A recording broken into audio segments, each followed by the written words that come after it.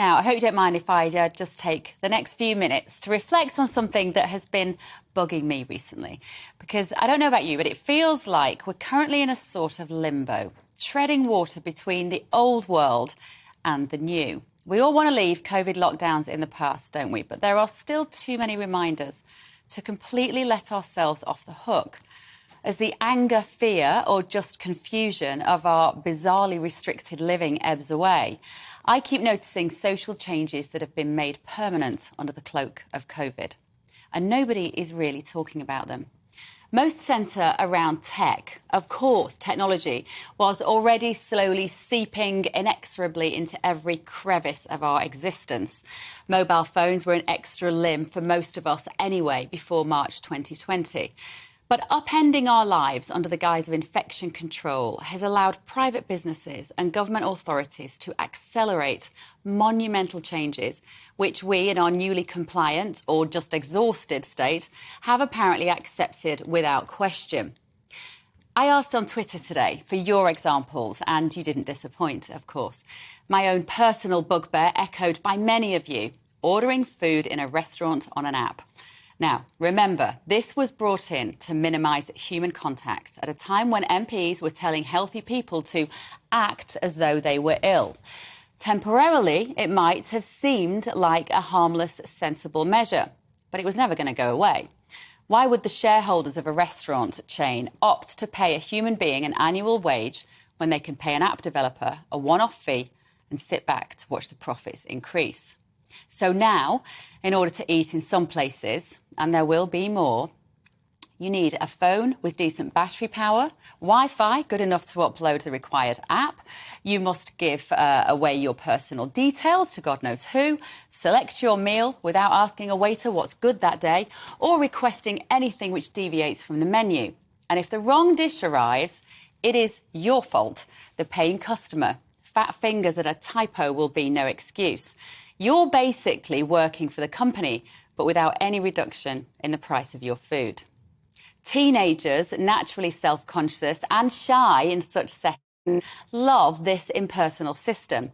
And maybe they'll never need to develop social skills when they're living in a metaverse, visiting waterfalls in their own head, and having virtual sex with a celebrity of their choice. But there are and will be thousands of elderly people locked out of the system when all they want is a cheese toastie, a pot of tea and a chat with a waitress. I keep coming back to Matt Hancock's speech on the Fourth Industrial Revolution in 2017, when he said, with a frisson of arousal, "If you don't much like change, I'm afraid I don't have so much good news." Well, I guess this means, sorry, Grandma, no more eating out for you. Many of you are frustrated that reduced timetables on trains and buses became permanent in your area. Couple these with cancellations due to a shocking lack of drivers, plus some countries still insisting on non-scientific vaccine passports, and it's clear that the movement of people is simply much less free than before.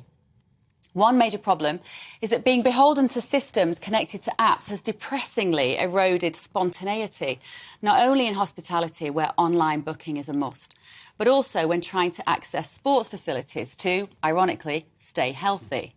Under infection minimising measures, swimming pools introduced a booking system entirely unfit for purpose, unless you know you will fancy doing 1,500 metres front crawl in 3 weeks' time. At my local council-run pool, members paying a set monthly fee selfishly book up all the lanes but don't show up. So busy working parents, like me, who might glance at our watches and realise we've got time for exercise that day, well, tough. Computer says no.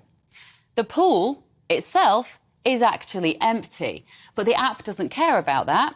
I can try and ring the reception, but the voice recording isn't going to tell me whether a lane is free.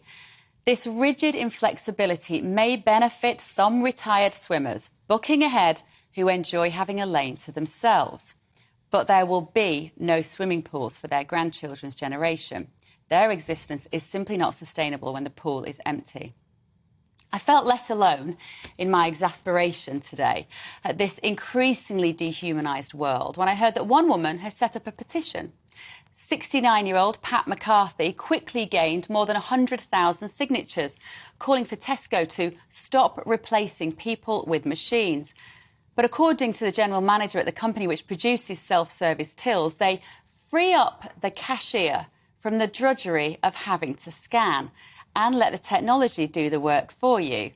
But hang on a minute, as a customer, I'm now doing the drudgery of scanning at those useless machines, no longer chatting convivially to the person at the till about the price of bread, but arguing with some poor soul in her lanyard when there's an unexpected item in the bagging area. Care homes are still rationing visits to loved ones, even though it is roundly accepted that residents benefit from rewarding, loving interactions. Why? Infection control? Or ambivalent staff who like having fewer guests to manage? One of you told me you are no longer allowed to visit your local RSPCA animal shelter. Why? And what of the NHS? A place full of people walking around with masks on their chins, wanting still to appear to be doing the right thing, but also preferring to smile and chat freely with patients and colleagues. Stickers on random doors still urge social distancing. I've taken to peeling them off when no one is looking. Hand sanitisers still sit in shop doorways. That's the shops that haven't closed down, of course. Even though we have known for almost 2 years that COVID wasn't transmitted through surface contact. And it was misunderstanding, the idea that cash might be a fomite passing on the virus, which caused such terror at the sight of a fistful of coins and rendered so many establishments cash-free.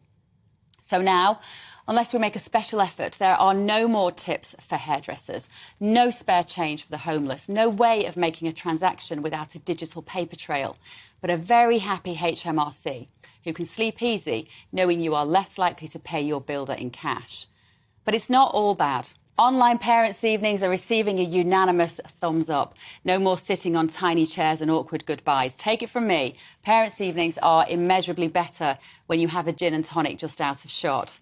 And we are finally seeing the flexible working measures that some mothers have been politely requesting for decades. No more obsession with being in the office as long as you get your work done. I'm not a Luddite. Change can be good. So let's have honest conversations about what transformations we are happy to live with and complain loudly about the ones we are not. Let's be conscious of the enslavement by tech, the normalising of barriers to social contact and communication, the rigidity of apps against the messy, flawed and impulsive nature of humanity. Let's start by taking down those stupid perspex screens, the perfect metaphor for the invisible barriers keeping us on an uncertain footing. I'd rather live in a future of spontaneous freedom with people rather than Wi-Fi at the centre than planned slavery worshipping a digital god.